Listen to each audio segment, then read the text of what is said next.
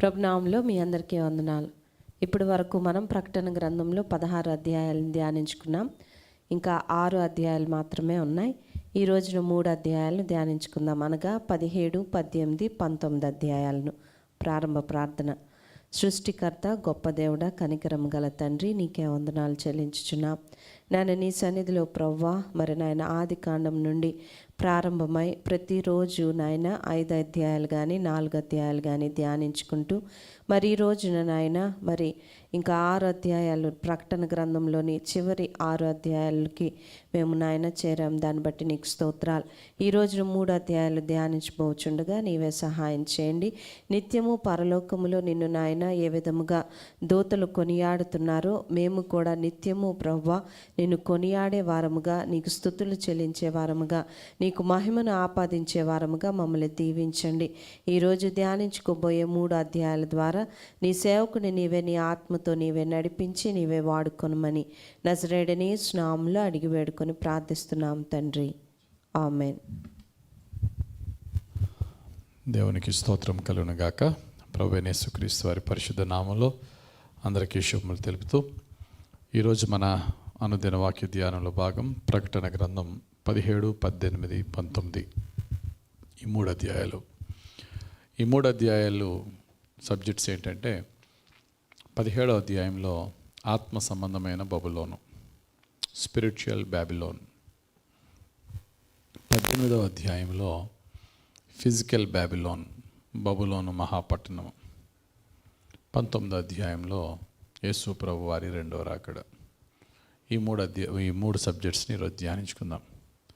17వ అధ్యాయంలో ఆత్మ సంబంధమైన బబులోను గురించి చెప్తున్నాడు.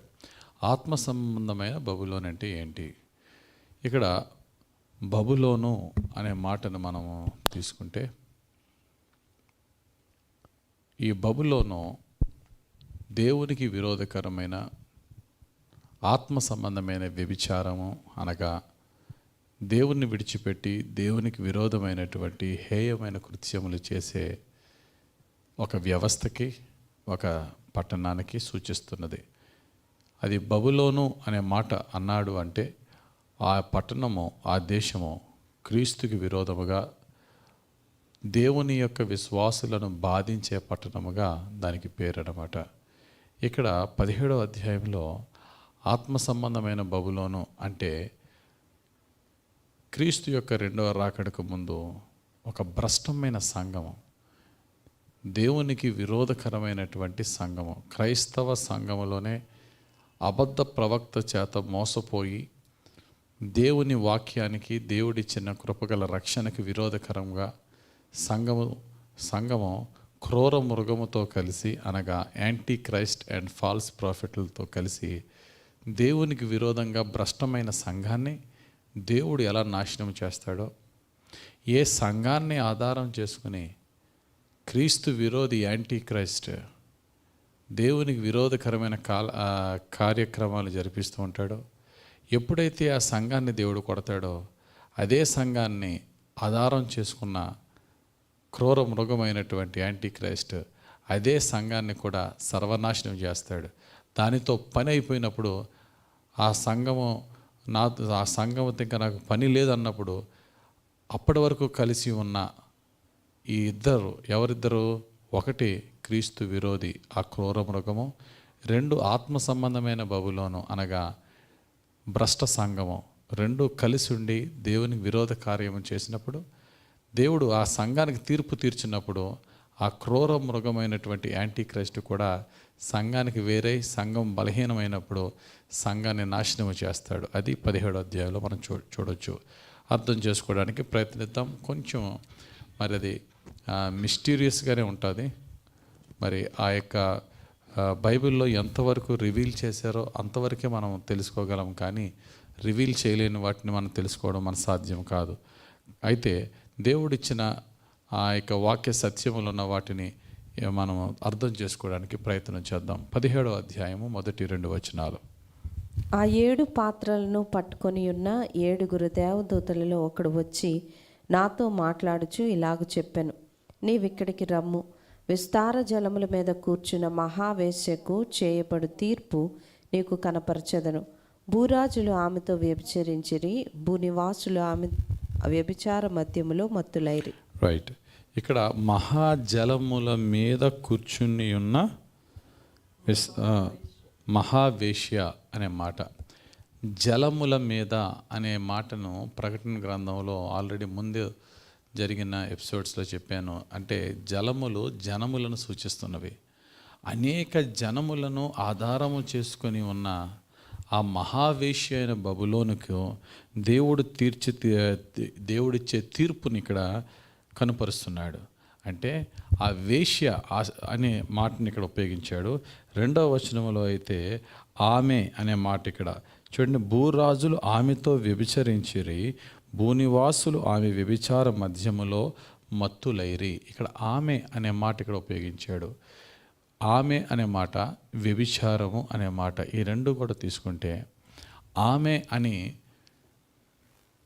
బైబిల్లో ఈ ప్రకటన గ్రంథంలో 12వ అధ్యాయంలోను, ఈ 17వ అధ్యాయంలోను, 19వ అధ్యాయంలోను ఆమె ఆమె ఆమె అని మాట్లాడుతూ ఉన్నాడు. 12వ అధ్యాయంలో ఆమె అనే ఒక స్త్రీ ఇశ్రాయేలు యొక్క రాజ్యాన్ని సూచిస్తున్నది. సూర్యుని ధరించుకున్న ఒక స్త్రీ ఆమె అని చెప్తున్నాడు. ఇశ్రాయేలు రాజ్యాన్ని సూచిస్తున్నది. ఒక దేశాన్ని ఒక స్త్రీతో పోల్చడం అనేది సహజంగా మనం చూస్తాం. భారతమాత అంటాం. దేశాన్ని ఒక స్త్రీతో సూచిస్తున్నాం. అలాగే ఇశ్రాయేలు జాతిని ఒక స్త్రీతో సూచించారు 12వ అధ్యాయంలో ప్రకటన గ్రంథంలో. అలాగే సంఘాన్ని కూడా వధువు సంఘం ఒక స్త్రీతోనే సూచిస్తాం. ఇక్కడ 17వ అధ్యాయంలో ఒక దేవునికి విరోధకరమైన అబాండెడ్ చర్చ్ అనగా దేవుని చేత త్రోసివేయబడిన సంఘము, దేవునికి విరోధకరమైన సంఘాన్ని ఇక్కడ సూచిస్తున్నది 17వ అధ్యాయం. దేవుని దృష్టికి వేశ్యగా మారిపోయిన, వేశ్య అనే మాట, వ్యభిచారి అనే మాట బైబిల్లో చూస్తే శారీరక సంబంధమైనటువంటి వ్యభిచారం మాత్రమే కాక దేవుణ్ణి విడిచిపెట్టి అన్య దేవతల వైపు వెళ్ళిన వారిని ఆత్మ సంబంధమైన వ్యభిచారులుగా మనం బైబిల్లో చూస్తున్నాం. కాబట్టి క్రైస్తవ సంఘము క్రీస్తుకు విరోధకరమైన బోధలో, అబద్ధ ప్రవక్తలు, క్రీస్తు విరోధికి లోబడిపోయిన సంఘము, భ్రష్టమైన సంఘము. ఆ యొక్క భ్రష్టమైన సంఘానికి దేవుడు ఎలా తీర్పు తీరుస్తున్నాడో ఇక్కడ మనం 17వ అధ్యాయంలో చూడొచ్చు. 19వ అధ్యాయంలో మరొక స్త్రీ ఉంటుంది. 19వ అధ్యాయంలో మరొక స్త్రీ ఉంటుంది. ఆమె పరిశుద్ధపరచబడిన సంఘము, వధువు సంఘము. ఇక్కడ 3 స్త్రీలు. ప్రకటన గ్రంథం 12వ అధ్యాయంలో ఇశ్రాయేలు, ప్రకటన గ్రంథం 12వ అధ్యాయంలో ఇశ్రాయేలు అనే స్త్రీ, ప్రకటన గ్రంథం 17వ అధ్యాయంలో భ్రష్టమైన సంఘం అనే స్త్రీ, ప్రకటన గ్రంథం 19వ అధ్యాయంలో క్రీస్తుని ఎదుర్కొనే వధువు సంఘం అనే స్త్రీ. మనం దాన్ని కన్ఫ్యూజ్ అవ్వకుండా వినాలి.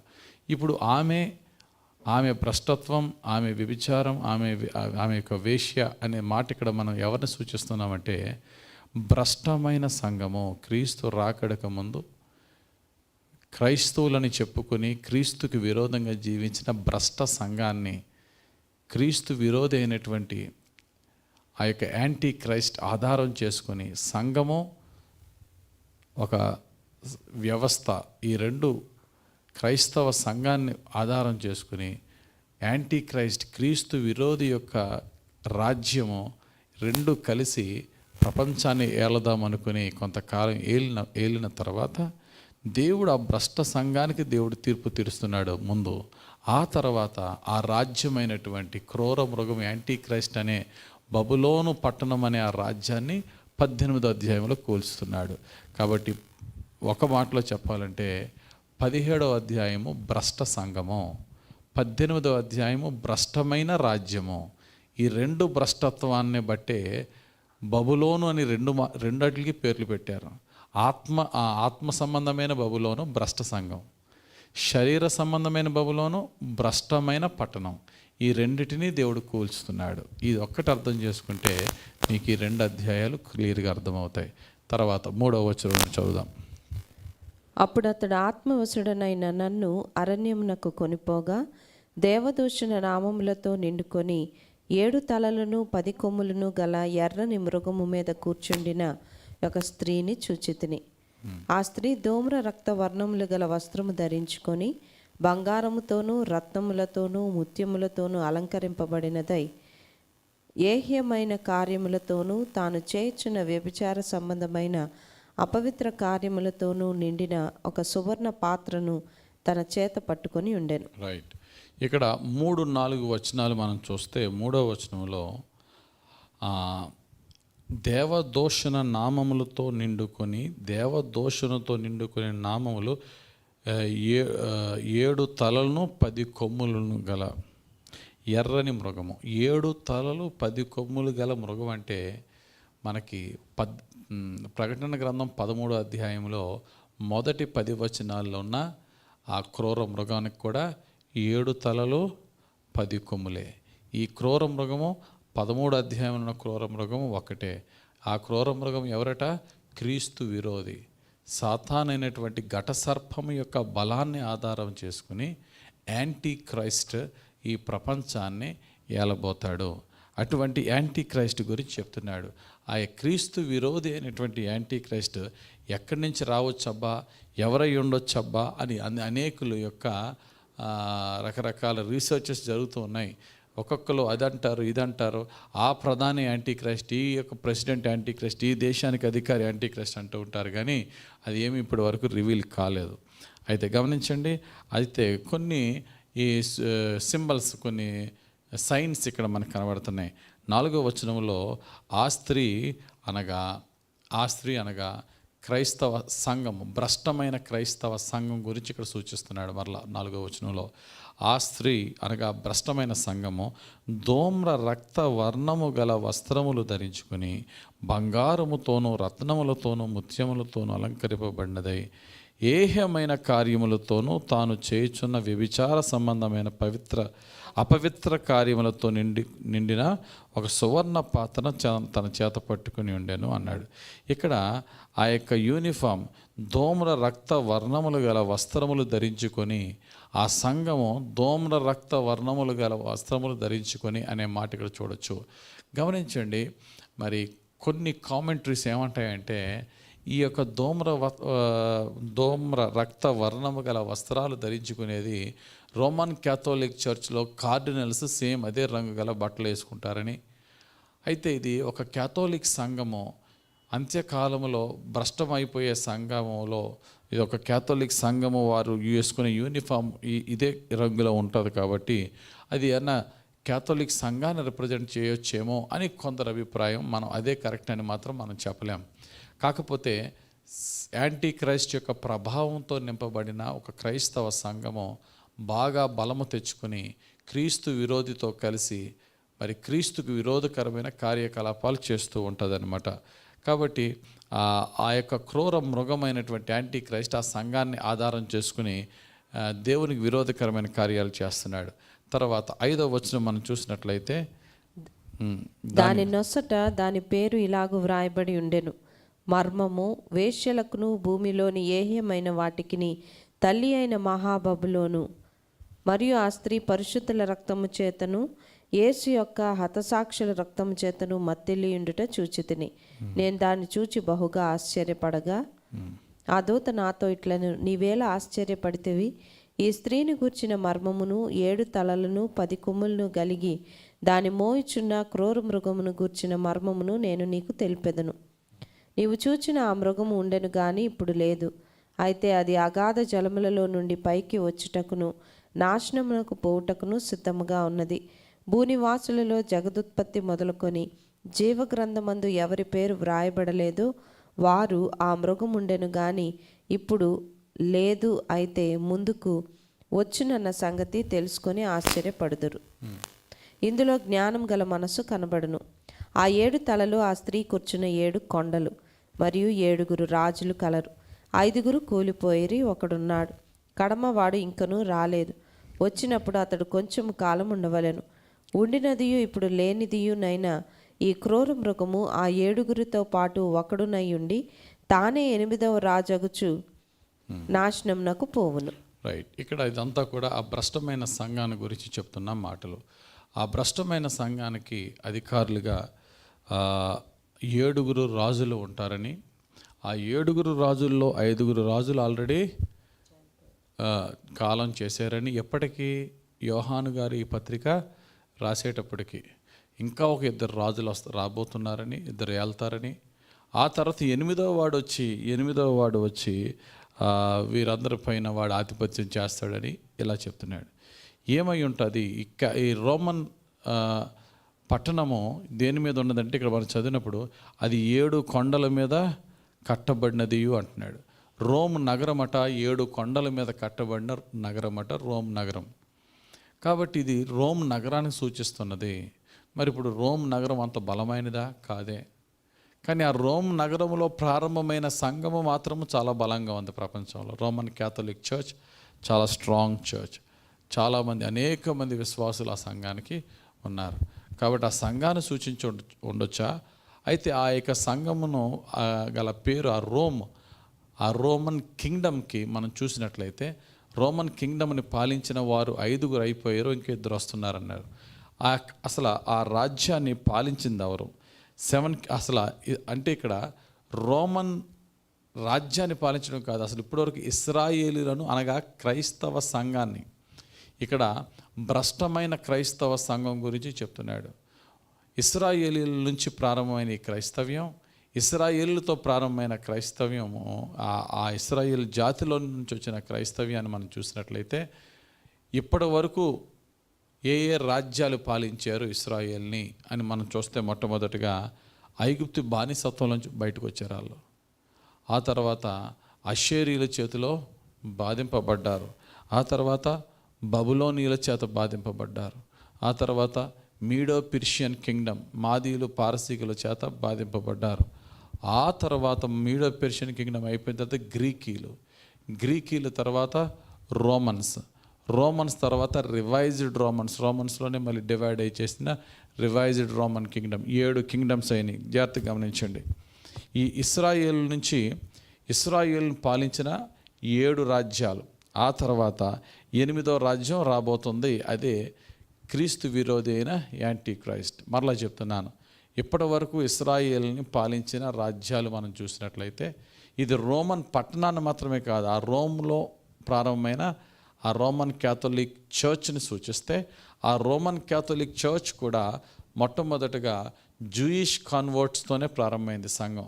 యూదులు క్రైస్తవులుగా మారారు. ఆ తర్వాత అన్యులు కూడా ఆ యొక్క సంఘంలో చేరి క్రైస్తవ సంఘంగా మారిన తర్వాత మొట్టమొదటిగా దాన్ని రోమన్ క్యాథలిక్ చర్చ్గా వారు ఆ యొక్క సంఘాన్ని నామకరించి, అక్కడి నుండి ఆ రోమన్ క్యాథలిక్ సంఘముగానే ఆ సంఘం అభివృద్ధి అవుతుంది. ఆ తర్వాత సంఘము ప్రొటెస్టెంట్స్గా ఆ యొక్క సంఘం డివైడ్ అయ్యి అక్కడి నుంచి అనేకమైన డినామినేషన్స్ మనం ఇక్కడ చూస్తున్నాం. అయితే ఇప్పటికీ కూడా క్రైస్తవ సంఘాలలో అనేకమైన డినామినేషన్స్ ఉన్నప్పటికీ, ఇప్పటికి ఉన్న డినామినేషన్స్ అన్నిటికన్నా అతిపెద్ద ఎక్కువ సంఖ్య గల డినామినేషన్ రోమన్ క్యాథలిక్దే.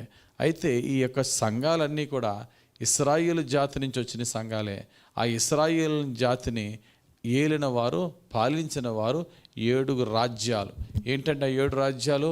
ఐగుప్తు రాజ్యము, ఐగుప్తు రాజ్యం నుంచి వచ్చేసిన తర్వాత అషేరీల రాజ్యము, తర్వాత బబులోనీయుల రాజ్యము, ఆ తర్వాత మీడో పెర్షియన్ కింగ్డమ్, మాదీలు పారసీకుల యొక్క రాజ్యము, ఆ తర్వాత గ్రీకీల రాజ్యము, ఆ గ్రీకీల తర్వాత రోమీల రాజ్యము, ఆ రోమీల తర్వాత రివైజ్డ్ రోమన్ కింగ్డమ్ 7వది. 7 రాజ్యాలు అయిపోయిన తర్వాత 8వ రాజ్యము అది యాంటీ క్రైస్ట్. ఇక్కడ గమనించండి ప్రియులారా, 5 రాజ్యాలు పూర్తయినాయి అన్నాడు. 5 రాజ్యాలు పూర్తయినంటే గ్రీక్ రాజ్యం అయిపోయింది. ఇక్కడ భక్తుడైనటువంటి ప్రకటన గ్రంథాన్ని రాసిన యోహాను కాలంలో గ్రీక్ రాజ్యం లేదు. గ్రీక్ రాజ్యం అంటే అలెగ్జాండర్ ద గ్రేట్ 323 BCలోనే చనిపోయాడు. ఆ తర్వాత కొంతకాలం గ్రీక్ రాజ్యం ఏలింది, కానీ భక్తుడైనటువంటి యోహాను కాలంలోకి వచ్చేటప్పటికి రోమా రాజ్యమే. మరి 2 రాజ్యాలు ఉన్నాయి అన్నాడు. అంటే ఈ రోమన్ కింగ్డమ్లోనే Roman kingdom and revised Roman kingdom. ఆ తర్వాత 8వ రాజ్యం గురించి ఏమంటున్నాడండి? 11వ వచనం, ఉండినదియు ఇప్పుడు లేనిదియునైనా ఈ క్రూర మృగము ఆ 7 పాటు ఒకడునై ఉండి తానే 8వ రాజగుచు నాశనమునకు పోవును. తానే 8వ రాజయ్యి ప్రపంచాన్ని అనగా ఈ క్రైస్తవ సంఘాన్ని నాశనం చేయబోతున్నాడు. అతడే యాంటీ క్రైస్ట్ అయి ఉంటాడు, రాబోయే కాలంలో వచ్చే క్రీస్తు విరోధి అనేది కొందరి అభిప్రాయం. తర్వాత మనం చూసినట్లయితే ఇంకా అక్కడి నుంచి ఆ యాంటీ క్రైస్ట్ వచ్చిన తర్వాత ఏం చేస్తాడు అనగా ఆ యొక్క ప్రభువుతో, రాజులకు రాజైన ప్రభువుతో యుద్ధం చేయబోతున్నాడు. చదవండి 12వ వచనం. నీవు చూచిన ఆ 10 కొమ్ములు 10 మంది రాజులు. వారిదివరకు రాజ్యమును పొందలేదు గాని ఒక గడియ క్రూర మృగంతో కూడా రాజుల వలె అధికారము పొందుదురు. వీరు ఏకాభిప్రాయం గలవారై తమ బలమును అధికారమును ఆ మృగమునకు అప్పగింతురు. వీరు గొర్రెపిల్లతో యుద్ధము చేతురు గాని గొర్రెపిల్ల ప్రభువులకు ప్రభువును రాజులకు రాజునై ఉన్నందునను తనతో కూడా ఉండిన వారు పిలువబడిన వారై ఏర్పరచబడిన వారై నమ్మకమైన వారై ఉన్నందునను ఆయన ఆ రాజులను జయించెను. రైట్. ఇక్కడ ఆ క్రూర మృగమునకున్న 10 కొమ్ములు 10 రాజ్యాలను సూచిస్తున్నవి. ఆ 10 రాజ్యాల యొక్క రాజ్య శక్తి బలమును క్రూర మృగమునకు అప్పగించాను. అంటే యాంటీ క్రైస్ట్ వచ్చినప్పుడు అతడు బలమైనటువంటి రాజుగా 10 రాజ్యాల యొక్క ఆధిపత్యము అధికారాన్ని వాడు పొందుకున్న వాడే భయంకరమైన దుర్మార్గుడిగా ఈ లోకంలో తన ఆధిపత్యాన్ని చేస్తూ ఉంటాడు. ఆ తర్వాత రాజులకు రాజైన యేసు క్రీస్తుతో వాడు యుద్ధం చేయబోతాడు. అయితే ఆయన రాజులకు రాజు గనుక, సమస్త అధికారము నొందినవాడు గనుక అతడు ఆయనతో యుద్ధము చేయను కానీ ఆ యాంటీ క్రైస్ట్ అనేటువంటి క్రీస్తు విరోధి సమస్తమైన రాజ్యాల యొక్క బలముతో యుద్ధము చేయను కానీ వాడు గెలవలేడు అంటాడు. తర్వాత వచనాలు మనం చూస్తే 15వ వచనం నుండి. మరియు ఆ దూత నాతో ఇలాగ చెప్పెను, ఆ వేశ్య కూర్చున్న చోట నీవు చూచిన జలములు ప్రజలను, జనసమూహములను, జనములను, ఆయా భాషలు మాట్లాడు వారిని సూచించును. నీవు ఆ 10 కొమ్ములు గల ఆ మృగమును చూచితివే. వారు ఆ వేశ్యను ద్వేషించి దానిని దిక్కులేని దానిగాను దిగంబరినిగాను చేసి దాని మాంసము భక్షించి అగ్ని చేత దాన్ని బొత్తిగా కాల్చివేతురు. దేవుని మాటలు నెరవేరు వరకు వారు ఏకాభిప్రాయము గలవారై తమ రాజ్యమును ఆ మృగమునకు అప్పగించుట వలన తన సంకల్పము కొనసాగించినట్లు దేవుడు వారికి బుద్ధి పుట్టించెను. మరియు నీవు చూచిన ఆ స్త్రీ భూరాజుల నేలు ఆ మహాపట్టణమే. రైట్. ఇక్కడ ఆ 10 కొమ్ములు కలిగిన ఆ క్రూర మృగము, ఆ స్త్రీ అనగా భ్రష్ట సంఘము కలిసి ప్రపంచాన్ని ఏలబోతున్నాయి. ఇక్కడ ఏం చేస్తాడంటే 15వ వచనంలో ఆ వేశ్య కూర్చున్న చోట, ఇక్కడ వేశ్య అంటే ఎవరు? భ్రష్ట సంఘం. ఆ క్రూర మృగం అంటే ఎవరు? Anti Christ. ఈ భ్రష్ట సంఘం ఆ వేశ్య కూర్చున్న చోట నీవు చూచిన జలములు ప్రజలను, జనసమూహములను, జనములను, ఆయా భాషలు మాట్లాడు వారిని సూచించును. ఆ సంఘములో ఆయా భాషలంటే డిఫరెంట్ కంట్రీస్కి సంబంధించిన వారందరూ కూడా ఆ సంఘ సభ్యులుగా ఉన్నారు. నీవు ఆ 10 కొమ్ములు గల మృగమును చూచితివే. వారు ఆ వేశ్యను ద్వేషించి, ఇక్కడ గొడవ స్టార్ట్ అయింది. ఎవరెవరికి మధ్య?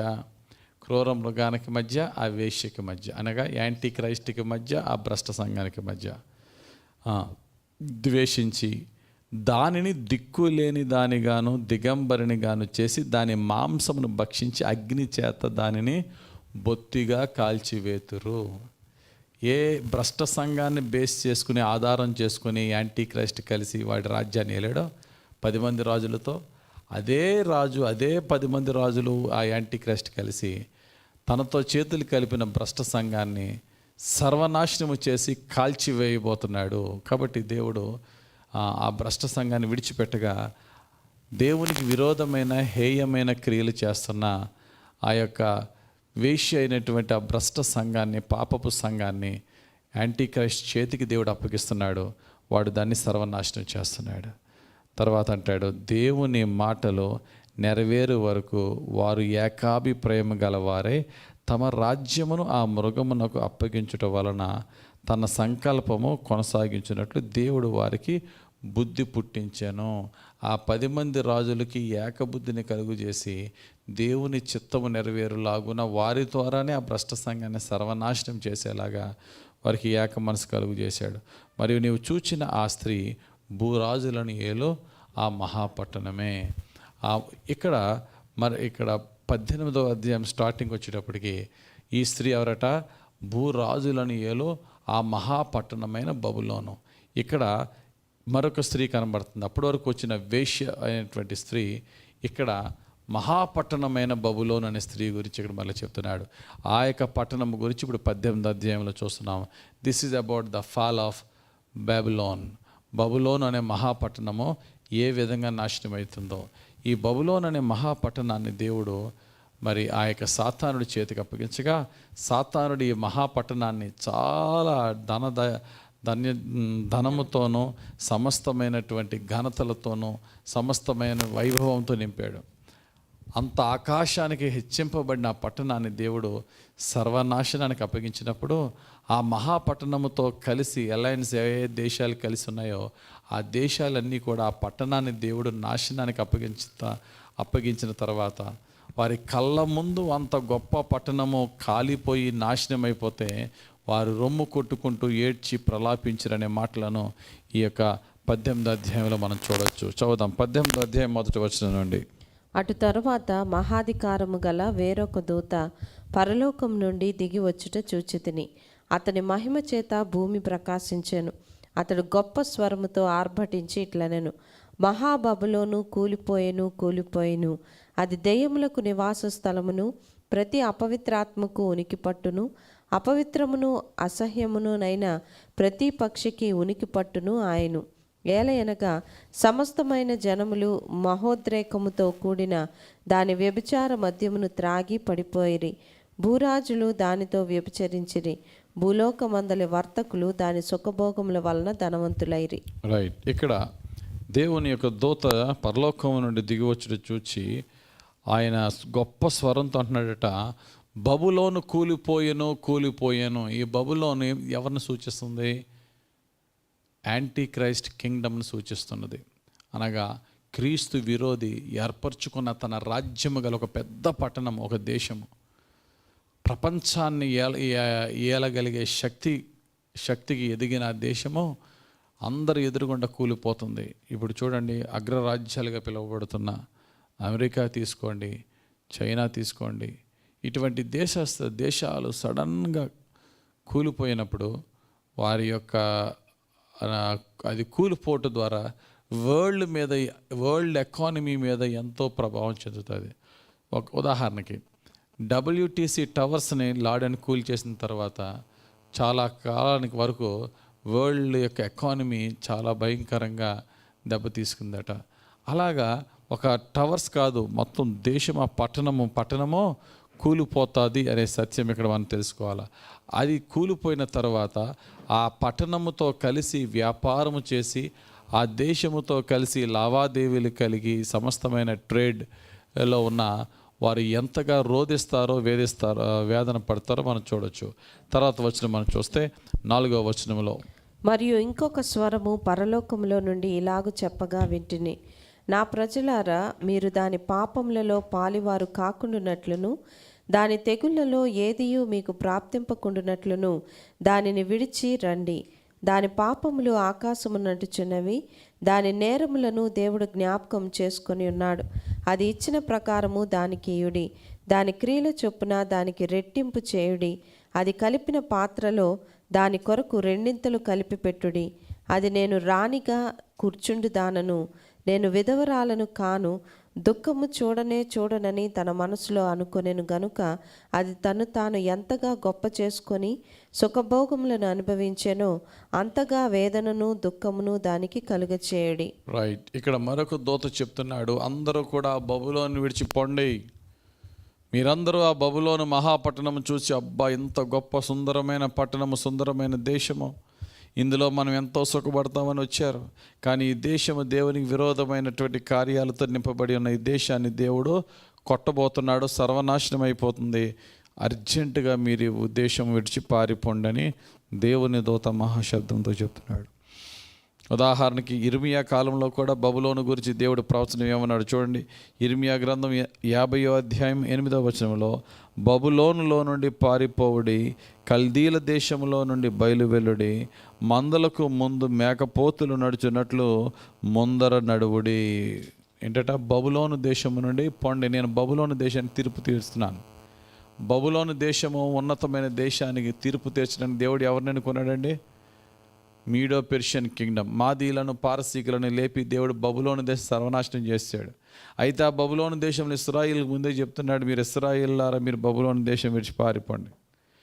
అదే ఇర్మియా 51వ అధ్యాయం 45వ వచనం చూస్తే, నా జనులారా మీరు దానిలో నుండి బయటకు వెలుడి, యెహోవా కోపాగ్ని నుండి తప్పించుకొనుడి, మీ ప్రాణములను రక్షించుకొనుడి. విడిచిపెట్టండి, ఆ యొక్క దుర్మార్గపు బబులోని విడిచిపెట్టండి. అవిశ్వాసులతో విశ్వాసికి జోడెందుకు అని దేవుడు చెప్తున్నాడు. ఇంకా ఏమంటాడంటే, అది చేసిన దానికి రెట్టింపు దానికి నేను చేస్తాను. I'm paying back. చూడండి ఒకసారి 6వ వచనంలో మనం చూసినట్లయితే 18వ అధ్యాయంలోనే 6వ వచనం ఈ విధంగా రాయబడి ఉంది. అది ఇచ్చిన ప్రకారము దానికి ఇయుడి, దాని క్రియల చొప్పున దానికి రెట్టింపు చేయుడి. అది కలిపిన పాత్రలో దాని కొరకు రెండింతలు కలిపి పెట్టుడి. అది ఇక్కడ అది కలిపిన పాత్ర అంటే ఉదాహరణకి దేవుని యొక్క ఉగ్రత పాత్రలు, దేవుని యొక్క కోపం అనే ఉగ్రత పాత్రలు. అలాగే దీని పాత్ర అంటే ఈ బబులోను తన యొక్క ఉగ్రతతో ఏ విధంగా క్రైస్తవులను దేవుని విశ్వాసులను హింసించి చంపిందో దానికి రెట్టింపు దానికి చెల్లించుడి, దానికి రెట్టింపు శిక్షను దేవుడు చెల్లిస్తున్నాడని ఇక్కడ రాయబడి ఉంది. బబులోను గురించి అంటున్నాడు, అది ఒక ఆ బబులోని ఇక్కడ స్త్రీగా పోల్చుతూ 18వ అధ్యాయంలో 7వ వచనం అంటున్నాడు, నాకు ఏ ప్రాబ్లము రాదు, నేను ఎప్పటికీ కూడా విడవబడే దాన్ని కాదు అంటున్నాడు. 7వ వచనం చదవండి, 18వ అధ్యాయం 7వ వచనం. అది నేను రాణిగా కూర్చుండుదానను, నేను విధవరాలను కాను, దుఃఖము చూడనని తన మనసులో అనుకొనెను గనుక అది తన్ను ఎంతగా గొప్ప చేసుకొని సుఖభోగములను అనుభవించెనో అంతగా వేదనను దుఃఖమును దానికి కలుగజేయుడి. అది ఎంత సుఖభోగం అనుభవించిందో దానికి తగ్గట్టుగా దుఃఖమును వేదనను దానికి కలుగజేయుడి అనే మాట ఇక్కడ మనం చాలా స్పష్టంగా చూస్తున్నాం. బబులోనికి దేవుడిస్తున్న భయంకరమైనటువంటి తీర్పు, ఆయన ఇచ్చే తీర్పును చూసి అప్పటి వరకు ఆ బబులోనుతో కలిసి వ్యాపారం చేసిన వారందరూ కూడా కన్నీరు కార్చుతారు. ఆ రాజులు ఏ దేశ రాజులు బబులోనుతో కలిసి అలయన్స్ చేసుకుని వ్యాపారాలు చేసాయో ఆ రాజులు రాజ్యాలు కూడా కన్నీరు కార్చుతారు. అయ్యో మహాపట్టణమా ఎలా కూలిపోయావని. ఆ పట్టణానికి డబ్బు ఉంది కదా, ఆ పట్టణం యొక్క డబ్బును బట్టి ఆ పట్టణం గర్వించింది. వాక్యం చెప్తుంది, నాశనానికి ముందు గర్వము నడుచును. చూడండి 10వ వచనంలో రాజులు 9వ వచనం నుండి రాజులు కన్నీరు కార్చుట. దానితో వ్యభిచారం చేసి సుఖభోగములను అనుభవించిన భూరాజులు దాని బాధ చూచి భయాక్రాంతులై దూరమున నిలవబడి దాని దహన దోమమును చూచినప్పుడు దాని విషయమై రొమ్ము కొట్టుకొనుచు ఏడ్చుచు, అయ్యో అయ్యో బబులోను మహాపట్టణమా, బలమైన పట్టణమా, ఒక్క గడియలోనే నీకు తీర్పు వచ్చెను గదా అని చెప్పుకొందురు. రైట్. ఎవరు ఏడుస్తారట అయ్యో అయ్యో అని? భూరాజులు. అయ్యో మహాపట్టణమా, మా కళ్ళెదురుగున్న పట్టణమా, ఎలా కూలిపోయావు నీవు. నీకు మామూలుగా నీ యొక్క ఆస్తి కాదు, వెండి బంగారాలతో నింపబడి ఉన్నావు. చదవండి తర్వాత వచ్చిన 12వ వచనం. లోకములోని వర్తకులను ఆ పట్టణమును చూచి ఏడ్చుచు తమ సరుకులను అనగా బంగారు, వెండి, రత్నములు, ముత్యములు, సన్నపు నార బట్టలు, ఊదారంగు బట్టలు, పట్టుబట్టలు, రక్తవర్ణపు బట్టలు మొదలైన సరుకులను, ప్రతి విధమైన దబ్బమ్రానును, ప్రతి విధమైన దంతపు వస్తువులను, మిక్కిలి విలువగల కర్ర, ఇత్తడి, ఇనుము, చలువరాళ్ళు మొదలైన వాటితో చేయబడిన ప్రతి విధమైన వస్తువులను, దాల్చిన చెక్క, ఓమము, ధూమ్ర ద్రవ్యములు, అత్తరు, సాంబ్రాణి, ద్రాక్షారసము, నూనె, మెత్తని పిండి, గోధుమలు, పశువులు, గొర్రెలు మొదలగు వాటిని, గుర్రములను, రథములను, దాసులను, మనుషుల ప్రాణములను ఇక మీదట ఎవడును కొనడు. నీ ప్రాణమునకు ఇష్టమైన ఫలములు నిన్ను విడిచిపోయెను, రుచ్యమైనవన్నీయు దివ్యమైనవియు నీకు దొరకకుండా నశించిపోయినవి. అవి ఇక మీదట కనబడవని చెప్పుకొనుచు దాని గూర్చి దుఃఖపడుదురు. రైట్. ఇక్కడ ఏం జరుగుతుంది? ఆ పట్టణానికి తీర్పు, దేవుడు తీర్పు తీరుస్తున్నాడు. ఎటువంటి తీర్పు తీరుస్తున్నాడు? సొదొమ గొమొర్రాని ఏం చేశాడండి? నీటిలో ముంచాడా? కాదు, అగ్నితో కాల్చేశాడు. అలాగే ఈ పట్టణాన్ని దేవుడు కాల్చబోతున్నాడు. ఎలా కాల్చుతాడండి? ఏమో, ఏదన్నా యుద్ధం రావచ్చు, ఏదో ఒక న్యూక్లియర్ బాంబు పడవచ్చు ఆ మహాపట్టణం మీద, లేకపోతే ఇంకా ఏదైనా సరే దేవుని ఉగ్రత ఏ విధంగా సరే మేనిఫెస్టేషన్ అవ్వచ్చు. మొత్తానికి ఆ పట్టణము కాలిపోయి కూలిపోయి దాని దోమము, దాని పొగ ఎత్తున ఎగురుతూ ఉంటే ఆ పట్టణముతో వ్యాపారం చేసిన మర్చెంట్స్, వ్యాపారస్తులు, చుట్టుపక్కల దేశ రాజులు అందరూ కూడా ఆ దేశాన్ని చూసి ఆ దేశం యొక్క బంగారము, వెండి, సన్నపు నార బట్టలు ఇవన్నీ కూడా ఆ దేశముల నుండి ఎగుమతి దిగుమతి అవుతున్న పరిస్థితిని చూసి రొమ్ము కొట్టుకొనుచు ఏడ్చుచు ఉన్నారట. ఆ మహాపట్టణానికి భయంకరమైన శ్రమ. 15వ వచనంలో, ఆ పట్టణము చేత ధనవంతులైన ఈ సరుకుల వర్తకులు ఏడ్చుచు దుఃఖపడుచు. ఆ పట్టణముతో వ్యాపారము చేయటం వలన ధనవంతులైనటువంటి వారందరూ కూడా అయ్యో మా వ్యాపారాలు పోయినాయే, ఎంత ఐశ్వర్యం ఒక్క గడియలోనే నాశనం అయిపోయింది అని చెప్పి ఏడుస్తూ ఉంటారు. తర్వాత ఆ పట్టణం యొక్క పొగ గురించి చెప్తున్నాడు చూడండి, 19వ వచనం.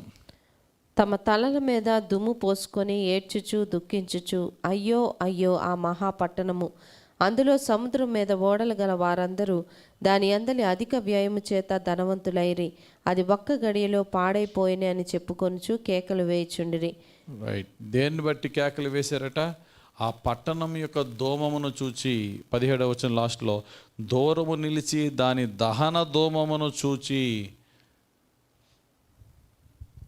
హిరోషిమా నాగసాకి మీద రెండవ ప్రపంచ యుద్ధం ఎండింగ్లో ఆగస్టు 6, ఆగస్టు 9 ఆ యొక్క హిరోషిమా నాగసాకి మీద బాంబింగ్ పడినప్పుడు ఆ పట్టణం దగ్గర నుంచి కూడా ఎవడో చూడలేడు, దూరం నుండే చూసి అందరూ కూడా ఎంతగా ఏడ్చారో. ఎందుకంటే బొగ్గైపోయిన ఈ పట్టణాలు జస్ట్ యాటమ్ బాంబ్కి.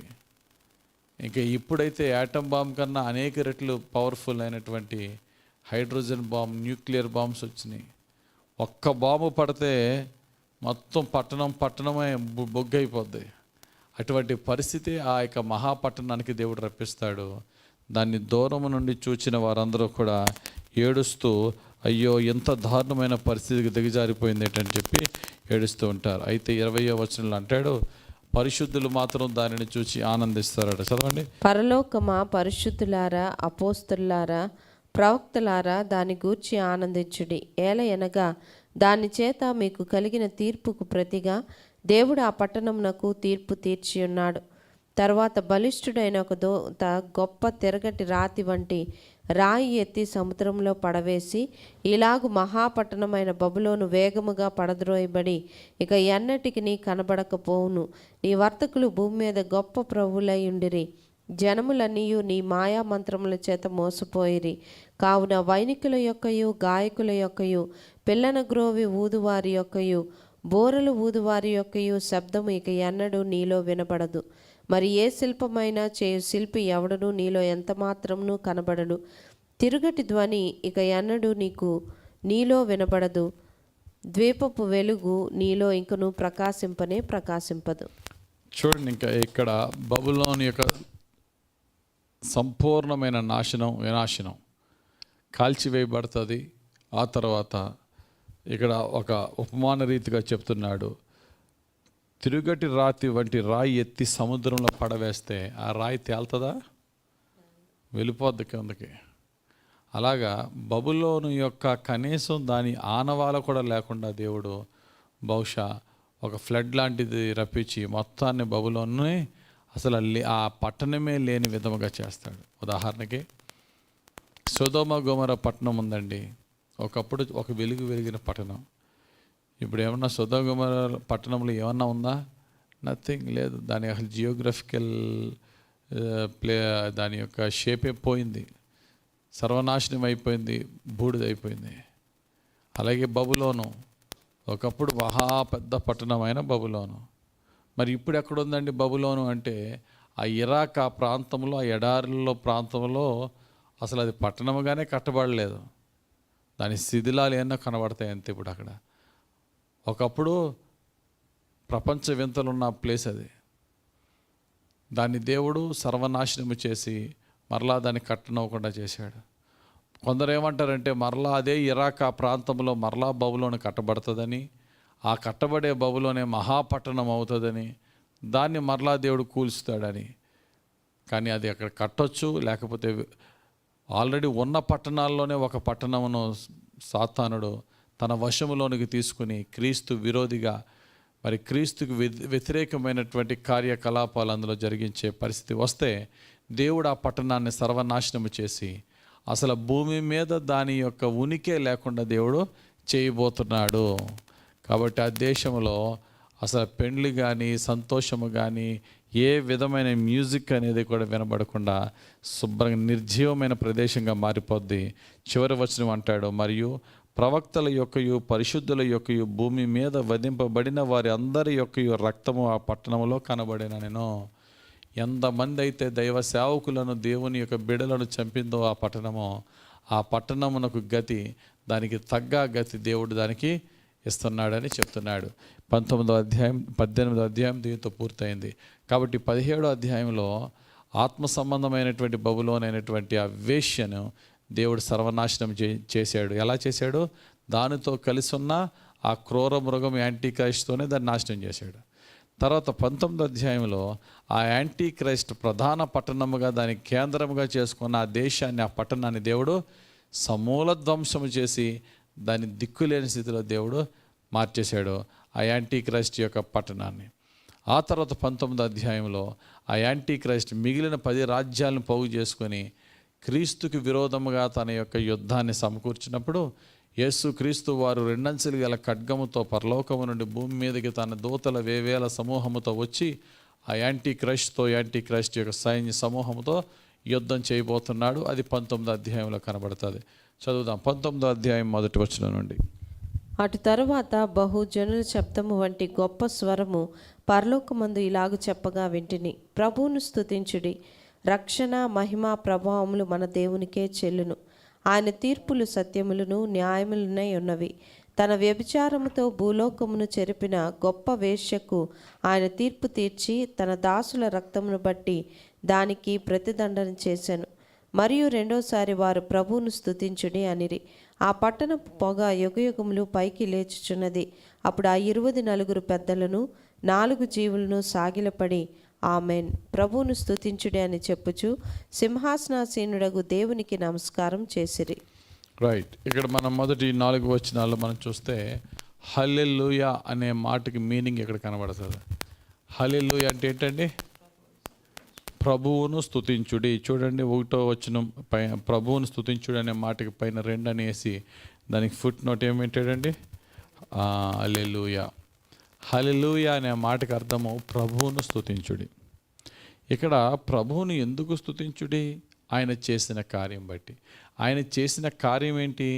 వేశ్య అనేటువంటి అపవిత్రమైనటువంటి భ్రష్ట సంఘమైనటువంటి ఆత్మ సంబంధమైన బబులోను కూలిపోయాను. 2, ఆ బబులోను యొక్క మహాపట్టణమును దేవుడు కాల్చివేయగా ఆ మహాపట్టణం యొక్క దోమం ఆకాశమును అంటున్నంతగా దాన్ని సర్వనాశనము చేశాను. దీనిని బట్టి పరలోకములున్న పెద్దల సమూహమైన 24 పెద్దలు దేవాతి దేవుణ్ణి కొనియాడుతూ స్తుతిస్తూ దేవుణ్ణి గణపరుస్తున్నాం మనం చూస్తున్నాం. తర్వాత 7వ వచనం నుండి మనం చూస్తే, అప్పుడు గొప్ప జనసమూహము శబ్దము, విస్తారమైన జలముల శబ్దమును, బలమైన ఉరుముల శబ్దమును పోలిన ఒక స్వరము, సర్వాధికారియు ప్రభువునకు మన దేవుడు ఏలుచున్నాడు, ఆయనను స్తుతించుడి. గొర్రెపిల్ల వివాహోత్సవ సమయము వచ్చినది, ఆయన భార్య తను తాను సిద్ధపరచుకొని ఉన్నది గనుక మనము సంతోషపడి ఉత్సహించి ఆయనను మహిమపరచదమని చెప్పగా వింటిని. మరియు ఆమె ధరించుకొనుటకు ప్రకాశములను నిర్మలములనైన సన్నపు నారబట్టలు ఆమెకి ఇవ్వబడెను. అవి పరిశుద్ధుల నీతి క్రియలు. మరియు అతడు నాతో ఇలాగు చెప్పెను, గొర్రెపిల్ల పెండ్లి విందుకు పిలువబడిన వారు ధన్యులని వ్రాయము. మరియు ఈ మాటలు దేవుని యథార్థమైన మాటలని నాతో చెప్పాను. అందుకు నేను అతనికి నమస్కారం చేయుటకు అతని పాదముల ఎదుట సాగిలపడగా అతడు ఒత్తి సుమి, నేను నీతోనూ యేసును గూర్చిన సాక్ష్యం చెప్పు నీ సహోదరులతోనూ సహదాసుడను, దేవునికే నమస్కారము చేయము, యేసును గూర్చిన సాక్ష్యము ప్రవచన సారమని నాతో చెప్పాను. రైట్. ఇక్కడ జరుగుతున్నది ఏంటంటే, ఎప్పుడైతే పరలోకంలో 24 పెద్దలు దేవుణ్ణి స్తుతించి గణపరచడం అయిన తర్వాత ఆ 24 పెద్దలు అందరూ చెప్తున్నారు, దేవుణ్ణి ఎదుర్కోవడానికి, పెండ్లి కుమారుని ఎదుర్కోవడానికి ఆ వధువు సంఘము సిద్ధముగా ఉన్నది. నీతి వస్త్రములను ధరించుకుని రక్షణతో ఆ యొక్క వధువు సంఘము యేసుక్రీస్తు ప్రభు వారిని ఎదుర్కోవడానికి సిద్ధంగా ఉన్నది కనుక మరలా ఆయనను స్తుతించుడి, దేవుని స్తుతించబట్టున్నాడు. 7వ వచనం లాస్ట్లో ఆయన భార్య తన్ను తాను సిద్ధపరచుకొని ఉన్నది. ఎవరు ఇక్కడ భార్య అంటే చెప్పాను కదా ఇందాక 19వ అధ్యాయంలో ఇక్కడ స్త్రీ ఎవరు? వధువు సంఘము. 17వ వచనంలో స్త్రీ ఎవరు? భ్రష్ట సంఘము. 12వ అధ్యాయంలో స్త్రీ ఎవరు? ఇశ్రాయేలు జాతి. 12వ అధ్యాయంలో ఉన్న స్త్రీ ఇశ్రాయేలు జాతిని సూచిస్తున్నది. 17వ అధ్యాయంలో ఉన్న స్త్రీ దేవునికి విరోధకరమైన భ్రష్ట సంఘాన్ని సూచిస్తున్నది. 19వ అధ్యాయంలో ఉన్న ఈ స్త్రీ వధువు సంఘాన్ని సూచిస్తున్నది. దేవుని యొక్క నీతి క్రియలు, దేవునికి ప్రీతికరమైన జీవితంతో దేవుని ఎదుర్కోవడానికి గొర్రెపిల్ల మహోత్సవానికి సిద్ధంగా ఉన్నది. కాబట్టి ఆ యొక్క గొర్రెపిల్ల మహోత్సవానికి పిలువబడిన వారు ధన్యులంటే, మొదటి జీవ పునరుద్ధానములకు ఎవరిని దేవుడు ఏర్పరిచి ఉన్నాడో వారు ధన్యులై ఉన్నారు. ఈ మాటలన్నీ చెప్తున్న దేవదూతతో భక్తుడైనటువంటి యోహాను సాగిలపడి నమస్కారము చేసి ఆ యొక్క దేవదూతను ఆరాధించుటకు మోకరించగా ఆ దేవదూత అన్నాడట, వద్దు సుమి, నేను నీలాంటి దాసుడినే తప్ప నాకు మోకరించుటకు, నా ముందు సాగిలపడి ఆరాధించటానికి నేను ఆరాధనకు యోగ్యుడను కాను. పరలోకములో దేవదూతలు కానీ, భూమి మీద దేవుని సేవకులు కానీ ఆరాధనకు యోగ్యులు కారు. దేవుడు మాత్రమే ఆరాధనకు యోగ్యుడు. అందుకనే యేసుక్రీస్తు వారు ఆయనను ఆరాధించిన వారిని ఆయన ఆటంకపరచలేదు. ఆయన దేవుడు కనుక అనేక మార్లు యేసుక్రీస్తు కాళ్ళ మీద పడి ఆరాధన చేసిన సందర్భాలు బైబిల్లో ఎన్నో ఉన్నాయి. ఆయన శిష్యులు కానీ, దేవదూతలు కానీ, ఉదాహరణకి కొర్నేలి ఇంటికి పేతురు వెళ్ళినప్పుడు కొర్నేలి పేతురు ముందు సాష్టాంగ పడగా పేతురు అంగీకరించాడా? కొర్నేలి పేతురు ముందు సాష్టాంగ పడగా పేతురు అంగీకరించలేదు. అపోస్తుల కార్యం 10వ అధ్యాయంలో ఉంటుంది. అసలు నా ముందు అలా సాగిలపడద్దు, నేను దేవుని దాసుడిని, మనం దేవుని ముందు సాగిలపడాలి. ఇక్కడ గమనించండి, అది దేవుని సేవకులైన అపోస్తులైనా దేవుని దూతలైనా ఆ విధమైనటువంటి ఆరాధన అంగీకరించరు.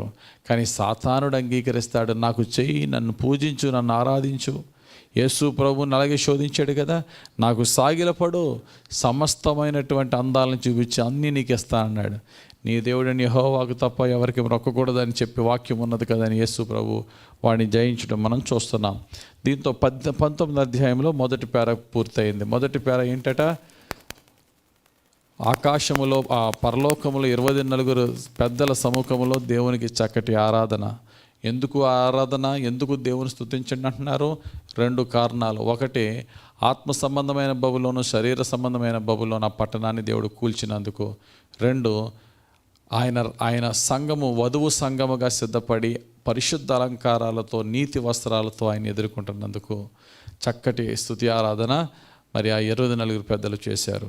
అదే 19వ అధ్యాయంలో చివరి పేర ఏంటంటే, యేసుక్రీస్తు వారు తెల్లటి గుర్రం మీద గొప్ప మహిమతో వేవేల దూతులతో భూమి మీదకి ఆయన 2వ రాకడలో వచ్చుట. ఇది మనం 11వ వచనం నుండి చూద్దాం. మరియు పరలోకము తెరవబడి ఉండుట చూచితిని. అప్పుడిదిగో తెల్లని గుర్రం ఒకటి కనబడెను. దాని మీద కూర్చుండి ఉన్నవాడు నమ్మకమైన వాడును సత్యవంతుడును అను నామము గలవాడు. ఆయన నీతిని బట్టి విమర్శ చేయుచు యుద్ధము జరిగించుచున్నాడు. ఆయన నేత్రములు అగ్నిజ్వాల వంటివి. ఆయన శిరస్సు మీద అనేక కిరీటములుండెను. వ్రాయబడిన ఒక నామము ఆయనకు కలదు, అది ఆయనకే గాని మరి ఎవనికిని తెలియదు. రక్తములో ముంచబడిన వస్త్రము ఆయన ధరించుకొని ఉండెను, మరియు దేవుని వాక్యము అనే నామము ఆయనకు పెట్టబడి ఉన్నది. పరలోకమందున్న సేనలు శుభ్రమైన తెల్లని నారబట్టలు ధరించుకొని తెల్లని గుర్రములెక్కి ఆయనను వెంబడించుచుండిరి. జనములను కొట్టుటకై ఆయన నోటి నుండి వాడిగల ఖడ్గము బయలు వెడలుచున్నది. ఆయన ఇనుప దండముతో వారిని ఏలును. ఆయనే సర్వాధికారియగు దేవుని తీక్షమైన ఉగ్రత అను మద్యపు తొట్టి త్రొక్కును. రాజులకును రాజును, ప్రభువులకు ప్రభువును అను నామము ఆయన వస్త్రం మీదను తొడ మీదను వ్రాయబడి ఉన్నది. రైట్. యేసు ప్రభు వారు ఏ విధంగా వస్తున్నారనేది ఇక్కడ రాయబడి ఉంది. ఆయన మొదటి రాకడ చాలా రహస్యంగా, చాలా కామ్గా, ఏదో సైలెంట్ నైట్ పాట పాడతాం చూసారా, సైలెంట్ నైట్లో యేసయ్య మరియ గర్భాన బెత్లెహేములో ఆయన జన్మించాడు. కానీ రెండవ రాకడలో ఆయన రాజులకు రాజుగా రాబోతున్నాడు. ఒక్కడే కాదు, వేవేల దూతలతో రాబోతున్నాడు. తెల్లని గుర్రం ఎక్కి రాబోతున్నాడు. ఆయన నోటి నుండి 2 అంచులు గల ఖడ్గముతో ఆయన శిరస్సు మీద ఒక కిరీటము కాదు, అనేక కిరీటములు గలవాడై ఈ భూమి మీదకి రాబోతున్నాడు. అంతేకాదు, ఆయన రాజులకు రాజును, ప్రభువులకు ప్రభువు అను నామము ఆయన వస్త్రము మీదను ఆయన తొడ మీదను రాయబడి ఉన్నది. ఆ విధంగా చాలా మహిమతో గొప్ప ఆయన యొక్క ఉగ్రతను చూపించుటకై, ఆయన యొక్క శక్తిని ప్రభావమును చూపించుటకై ఆయన రాబోతున్నాడు. మొదటి రాకడలో యేసు ప్రభు దయా, ప్రేమ, క్షమాపణ కలిగిన వాడు. రెండవ రాకడలో రావడమే 2 అంచులు గల ఖడ్గముతో ఆయన ఎంతవరకు సమయం అవ్వాలి అంతవరకు సమయం ఇచ్చాడు. ఇక సమయం లేదు, ఇంకా మరలా రక్షణ, సువార్త, ప్రేమ, క్షమాపణ లేదు. ఆ కఠినలను సర్వనాశనం చేయుటకై ఆయన రాబోతున్నాడు. దీనితో ఆయన ఎప్పుడైతే వచ్చాడో సాతానుడి యొక్క అనుచరులైనటువంటి క్రీస్తు విరోధి అబద్ధ ప్రవక్త సమస్తమైన భూరాజ్యాలను పోగు చేసుకున్నాడు. ఏడవ దూత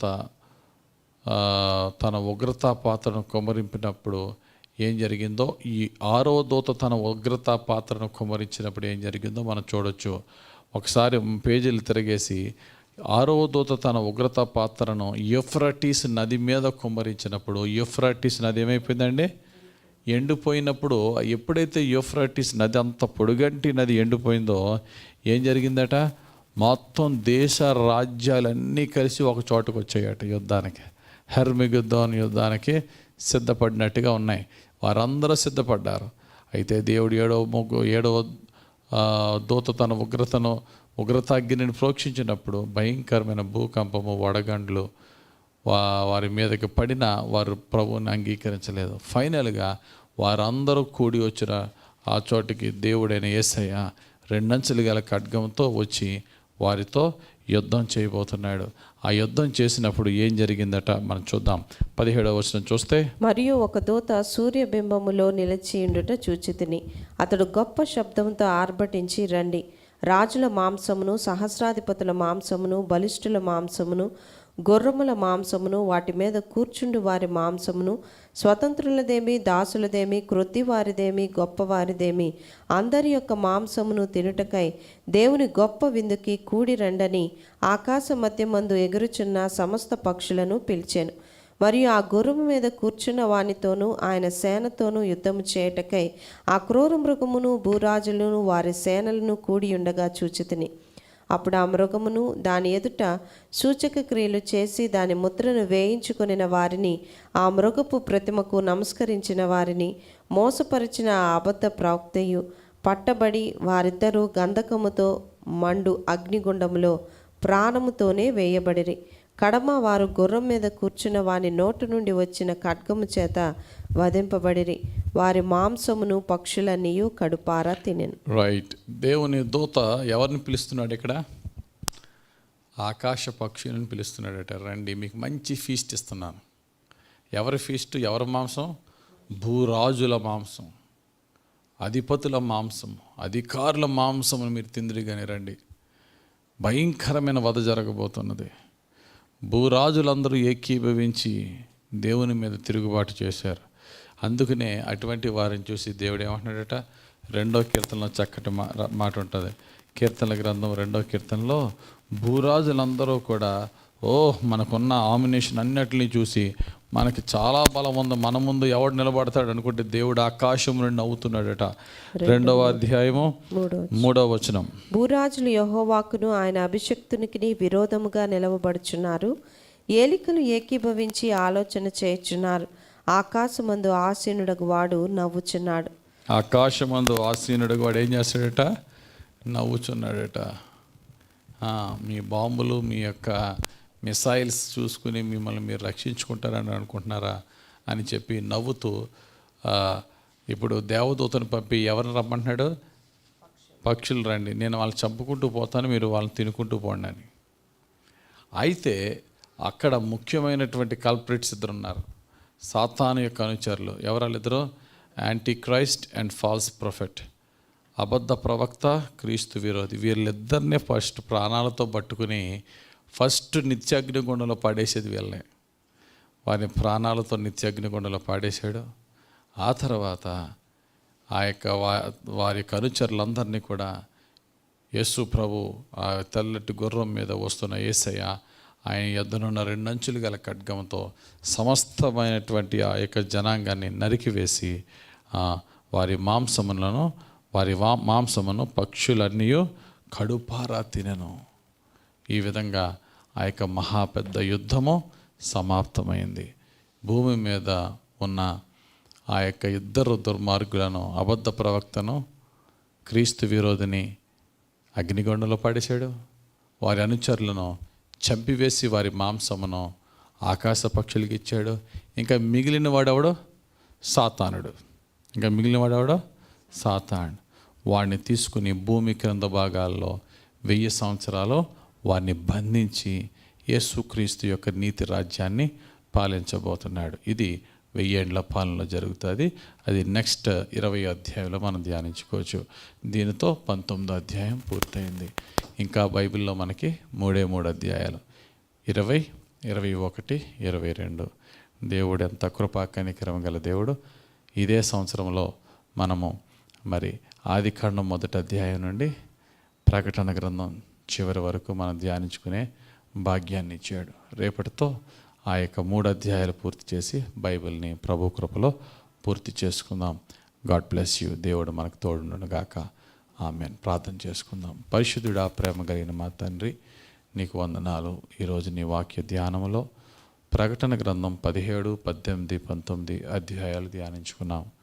17వ అధ్యాయంలో ఆత్మ సంబంధమైన భ్రష్టత్వంలోనికి దిగజారిపోయిన ఆత్మ సంబంధమైన బబులోను గురించి, భ్రష్ట సంఘము గురించి, అలాగే తండ్రి 18వ అధ్యాయంలో ఆ క్రూర మృగం యొక్క రాజ్యము గల పట్టణమైనటువంటి భ్రష్టమైన బబులోను గురించి, దాన్ని నువ్వు ఎలా కూల్చివేయుచున్నావో ఆ విషయాల గురించి తెలుసుకున్నాం.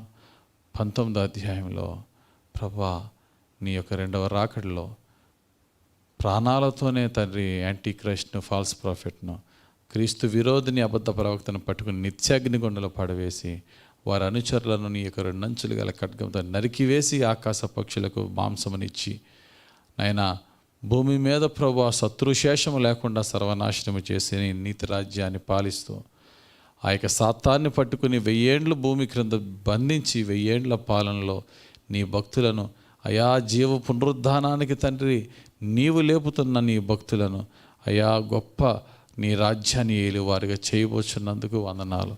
మా జీవిత కాలమంతయు నీ రక్షణలో మేము బ్రతుకుటకు ప్రతి పాపపు సాతాను శోధల నుంచి రక్షించి చివరి శ్వాస వరకు నిందారహితంగా, పరిశుద్ధంగా, పవిత్రంగా జీవింపచేయండి యేసయ్య.